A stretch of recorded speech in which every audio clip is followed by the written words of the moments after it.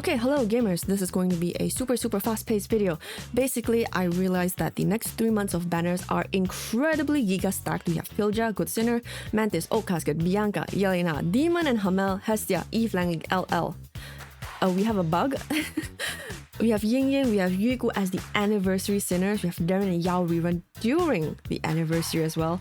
So it is just basically incredibly stacked, and I was like, I should make a video to explain it so people don't miss some sinners that they should really be pulling, or they don't all in on sinners at a really bad timing. So Yingying, which is, as you can see, very beautiful, Jie here, is our new limited sinner on this Chinese server, which means that we are probably going to get it on the global server in about 2 months, 3 months, around that time. And the non-limited sinner is Yugu. So if we hop into full recommendations here, number 1 point, if you have a favorite waifu, feel free to ignore everything here, just pull for your favorite waifu. If you're not enjoying the game, what's the point? No waifu, no laifu, okay? Enjoy the game, pull whoever you want if you have like someone you really like. If Casket is your waifu, who am I to stop you? Next, Pylgia, Mantis, Casket are considered skippable for now in terms of the meta, because they aren't sinners that can't be replaced. You can use other physical DPSs, you can use other core breakers, so it's fine, you can skip them safely. Besides that, Deren as well is considered skippable because she's just been kind of power creeps overall in terms of both damage numbers and utility, and the banners are just really stacked. So even though she's a limited sinner rerunning, I don't know if I can, in good conscience recommend Deren here. Demon is also a skip unless you want to go all the way to S4 for shield stack, in which case this pull recommendation isn't for you because that's whale territory. This pull recommendation is for casuals and new players who are kind of confused, don't know what they're doing, want a little guidance. Casual players who want to understand about the shackles, like which shackles are most valuable, which you should prioritize first. So that's what this is for. Now, to begin, first, please acknowledge that you understand this pull recommendation is in priority order and not banner order. If you don't acknowledge this, if you refuse to use your eyes to read, because what do you have them for, please close this website, leave. Now that we're left with people who can read, first priority, I would say, is to pull S0LL. You might be like, that's a very insistent, just pull LL, are you sure? Yes. Path to Nowhere is entirely balanced around energy, so most sinners default to regenerating 1 energy per second. So if your ult costs, let's say, 15 energy, you would need 15 seconds, if you don't have crime brands, to cast your first ult. If your ult costs 24, 25 energy, which most sinners kind of cost around there these days, you need an entire 24 or 25 seconds into the fight to cast your first ult. LL fundamentally breaks the balance of the game by allowing sinners to get extra empowers, basically. And about empowers, think about it. Everyone uses empower like 90% of the time, and like the other 10% is last stand. This is because energy is OP. If you can give your sinners more energy, it's OP. That's it. It's that simple. Therefore, pull S0LL. If you want to get into molding, or if you want to, spend a little more, you can consider pulling S3 or S4 on LL. These 2 shackles are really good on her. If you put every single sinner at S5 for speed running, which is the case on Zin's Molder tier list, LL still ranks at the top. If you put everyone at like S0, S1, LL is still at the top of my tier list for more casual use.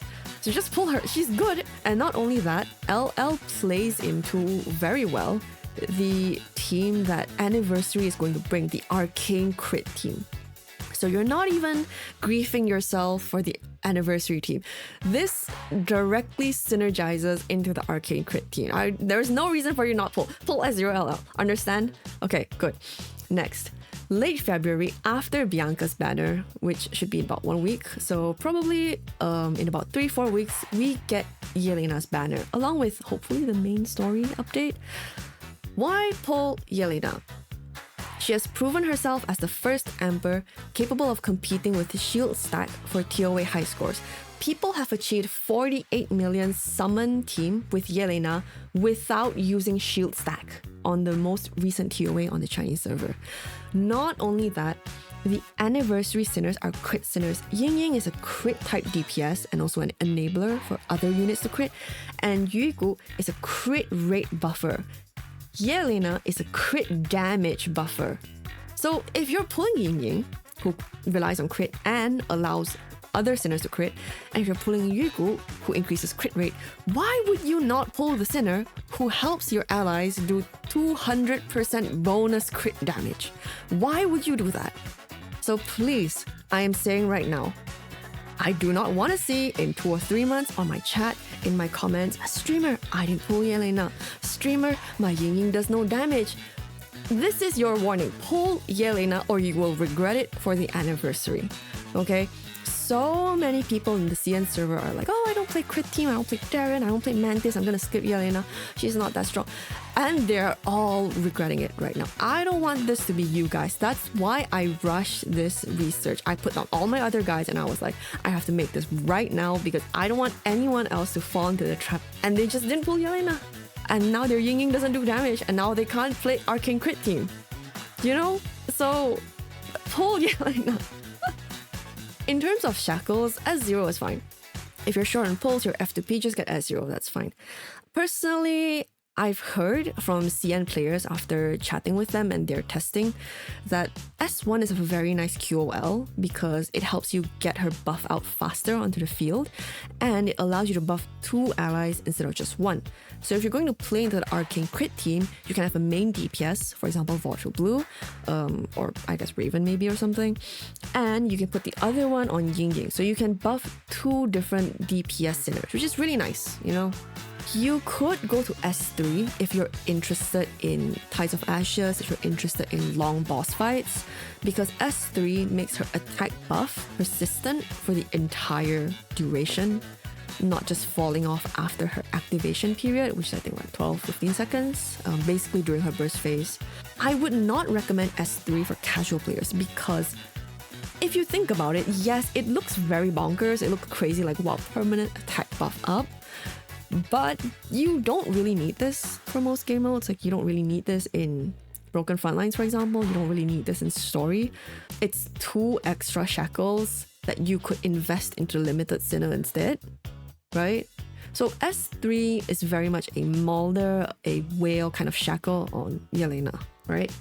Please, again, pull Jelena. I'm not hearing it, okay? I'm tired. Now, on anniversary itself in late April, hopefully maybe early May, we'll see when it is. The first priority between the 2 S ranks is to pull the Limited Sinner Yingying. The reason is because she is number 1, our first follow-up DPS, which I think is pretty interesting. And she can also AoE slow enemies, so she can crowd control as well. But most importantly, she shifts the meta. Why? One of her passives allows allied arcane sinners to crit. That means Raven's ult can crit, Valter's blue ult can crit. Like, Joan's stacks of her Marcato marks can crit. Do you understand how crazy, like the amount of runs I'm seeing coming out of CN right now is bananas. And it's not even from the Dark Zone buff because the Dark Zone buff is for Fury Sinners. It's not related to Arcane at all. So this, just by having S0 Yingying on your team, completely shifts the meta because we've always said, oh, Arcane Sinners kind of suffered because they don't have as many solo carry options, you know, a lot of options like Eti and so on have been kind of power crept. Their stats are not quite up there. Joan has been kind of power crept, things like that. This changes all of that. Just by Yingying being a few, you don't have to cast your ult or anything. It just by her standing there, she allows her allied arcane sinners to crit. You can crit Vulture Blue's ult. That's crazy. So because of that, that is why Jelena is so important. If you pull Yingying and you allow, let's say, Vulture Blue to crit, why would you not want to buff that crit damage by an additional 200% with Jelena? So the arcane crit team is composed of Jelena as a must-have, Yingying as a must-have, and Yugu. Now, after you've pulled S0 Yingying, we move on to Yugu.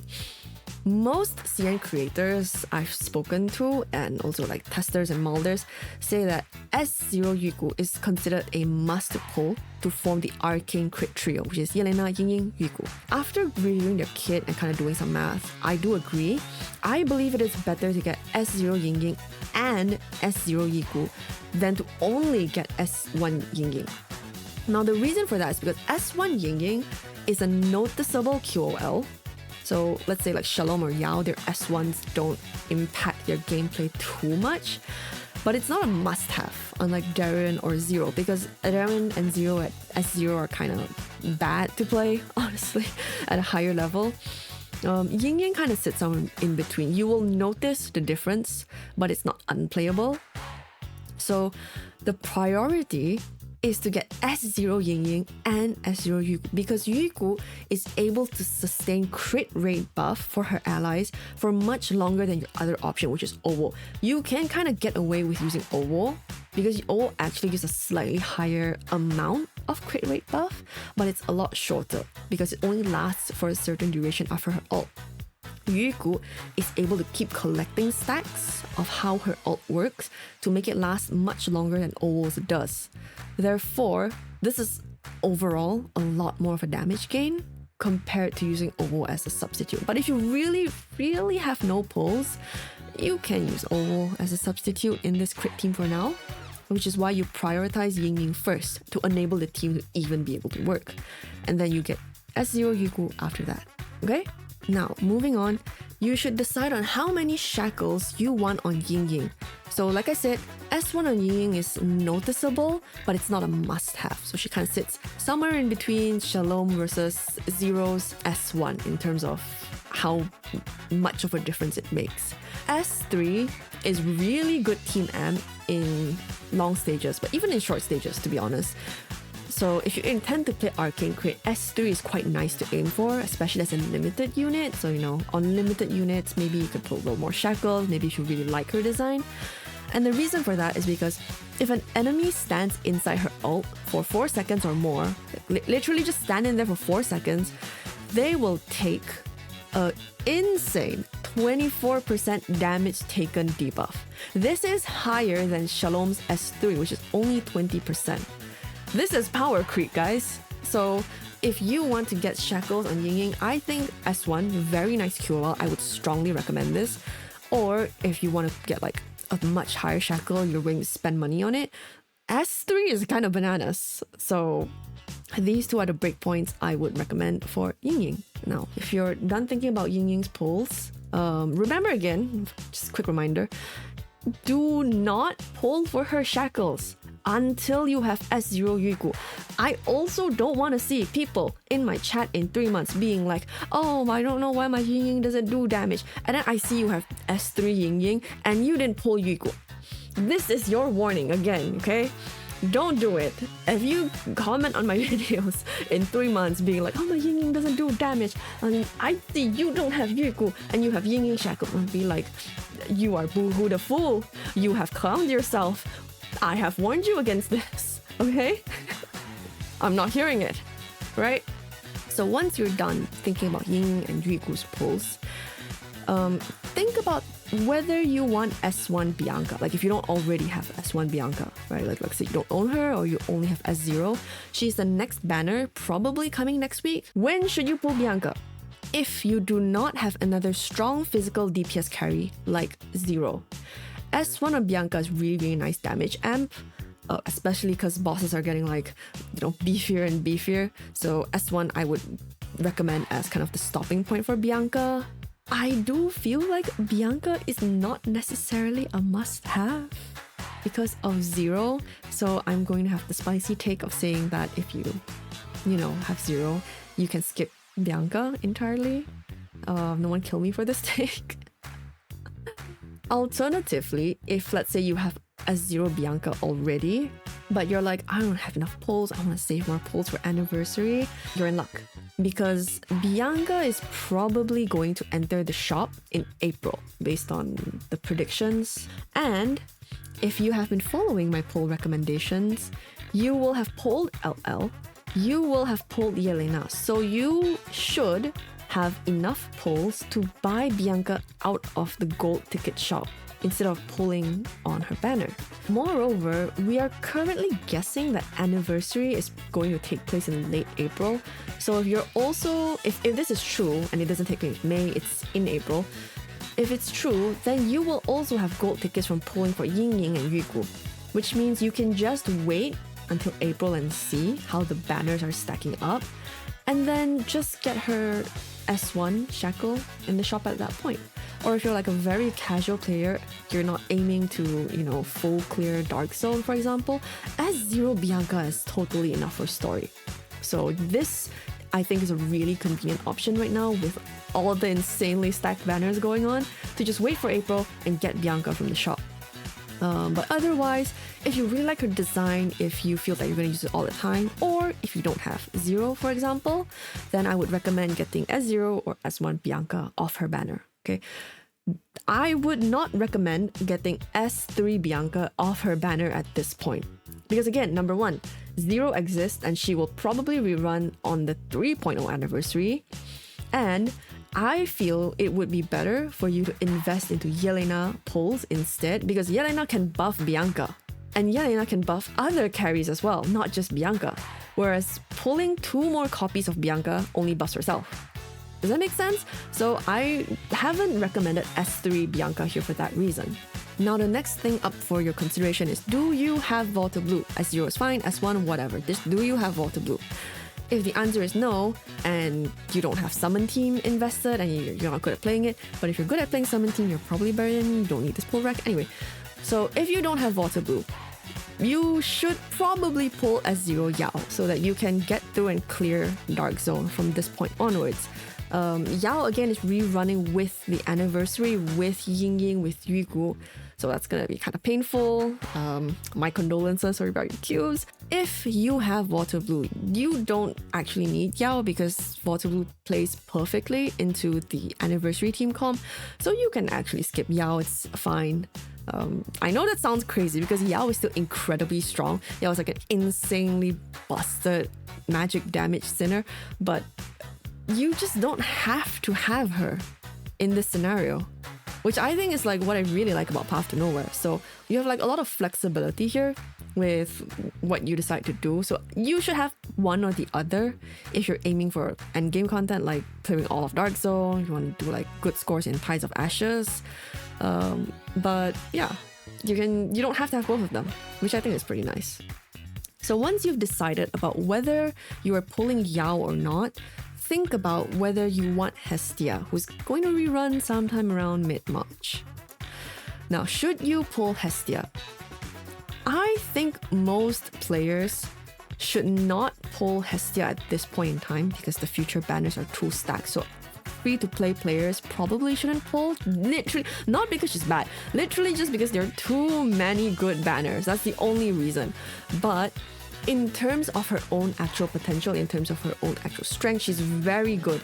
She can wave clear at S1. I use my S1 Hestia to wave clear everything in hysterical mania training. The most difficult mode of mania training can just be wiped by S1 Hestia, just standing there pressing Alt. I'm not even joking. It's like the most cheesable thing ever.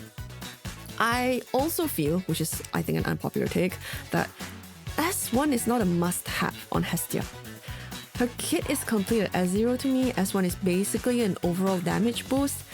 People say like, oh, but if you don't get S1, she can't kill all mobs with one cast of her ult. But like, that's what you have 5 more members of the team for, right? Like, can they not basic attack? Can they not have skills to use? So I don't think S1 is super compulsory for Hestia because you're not using her as a boss killer. You're using her as a mobber. And you probably have allies to help, so it's fine. You don't have to put that many pulls into it.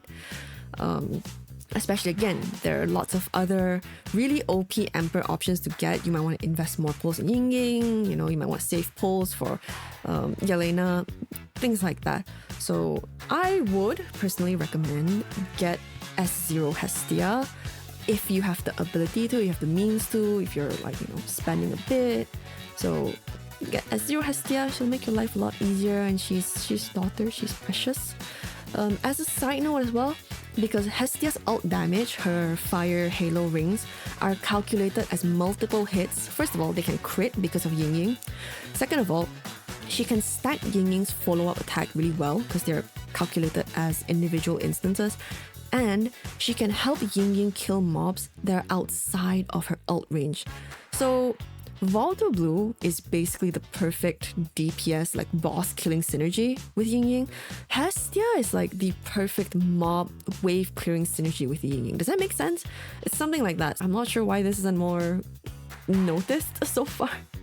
But yeah, so Hestia is optional but really good. So if you have the means to, I would recommend picking it up. If not, then save your cubes, invest in the Ampers, invest in the Limited. Okay? Now, final note. Are you a new player with very few S ranks? So if you're a veteran player, you can skip this, which is the Eve and Langley Directional, which takes place before Anniversary, sometime projected, sometime early in April. So the reason directional banners are bad is because the win-loss rate is not 50-50 like a normal banner. It is 35% Eve, 35% Langley, 30% other whatever S-rank sinner. Okay? So if you're a veteran chief, you don't really need Eve Langley. Like, you probably have other options. However, for a newbie chief who doesn't have many options, Eve and Langley are both really good to add to your roster at S0. You don't need shackles on them for them to be good. Langley will carry you all the way through the entire story. I cleared all of chapter 12 with Langley back when my baby chief days. Eve is incredibly good across all game modes, RTD, Mania Training, she's good in story, she's good in broken fight, she's good in freaking everything. So both of them are good, but that's why I say to target Eve. So you target Eve, you hope you get her. If you do, congratulations. If you get Langley instead, she's good as well. And basically you hope you don't get spooked, in which case, I don't know, I can't save your luck, man.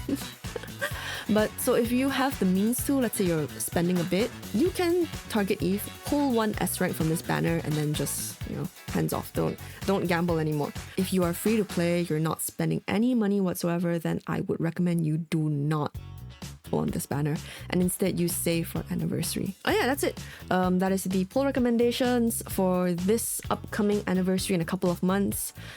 Please, again, pull Jelena. I'm not hearing it.